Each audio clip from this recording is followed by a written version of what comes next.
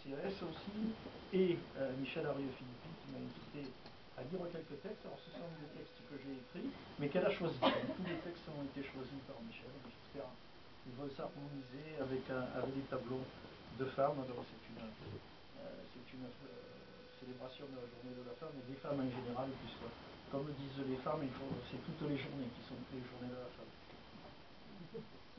Dans le regard bleu, je rêve de voyage dans de nouvelles dimensions, aux fontaines joyeuses, sous des cieux de velours. Ma silhouette s'allonge et prend une allure princière, drapée par des couturiers célestes. La blancheur et l'azur ouvrent de toutes parts un espace de zénith et de nadir, kaléidoscope complexe de parfums et d'été.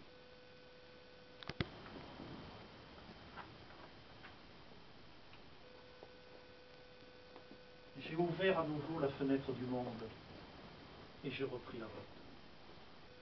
J'ai fermé la porte à mes doutes et j'ai repris la ronde. Et j'ai rompu le silence, trop longtemps isolé, et aux côtés des autres, j'ai repris la parole. Femmes. Les femmes éoliennes au soleil déploient comme autant de flambeaux leurs chevelures et bannières. Sur les flots, les femmes marines voient perler à fleur de duvet les embruns salés de la vie. Derrière les phares chimiques de l'industrie mortelle, les femmes vitrines cachent leur pâle visage dans les villes embrumées. Et les femmes de bois desséché, au désespoir parcheminé, hantent les longues nuits des maisons de la faim. Les yeux me perdent. Mon corps que j'aime est-il à moi? Mon sourire pour moi est-il pour leur regard de mal? Ai-je droit d'être belle, heureuse, insouciante, de respirer la vie avec ma peau entière? Jouer de mes rondeurs ou des angles ossus que la nature m'attribue entre les satins feux et les mailles ouvertes? Le libre droit de passer mon chemin, me promener, pouvoir aimer, aimer quoi.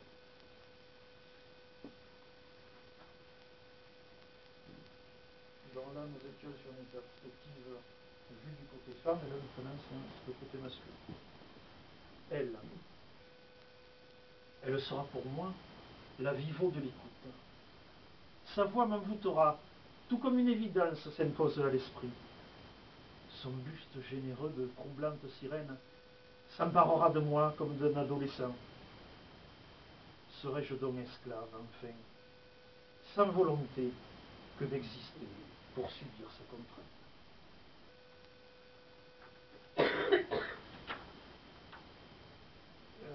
Beauté. Alors là, il y a le mot bourrache, il vient de la langue arabe, bourrache. C'est abourache, qui signifie père de la sueur. Je vous le dis parce que ça va avoir son importance dans le texte. Bouquet d'étoiles bleues, posé de place en place.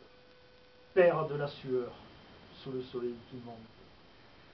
Bourrache vigoureuse, ouverte largement aux fleurs ultramarines, vivante radiation, triomphe de lumière. Offerte à d'abondants corsages méditerranéens de satin opulent au vent qui glisse de leur vasque amas.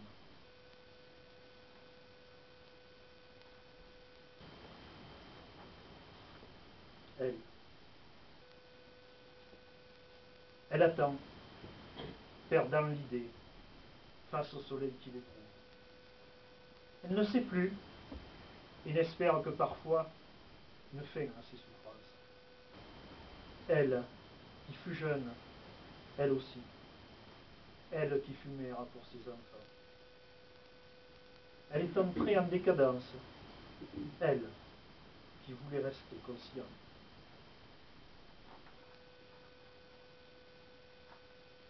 Vie. Je vis une vie et rêve d'autres vies. Et poursuis ma vie en vis-à-vis. m'apporte réconfort, un nuage ourlé et la tiédeur du soir, comme un lendemain, une vie différente. Voilà.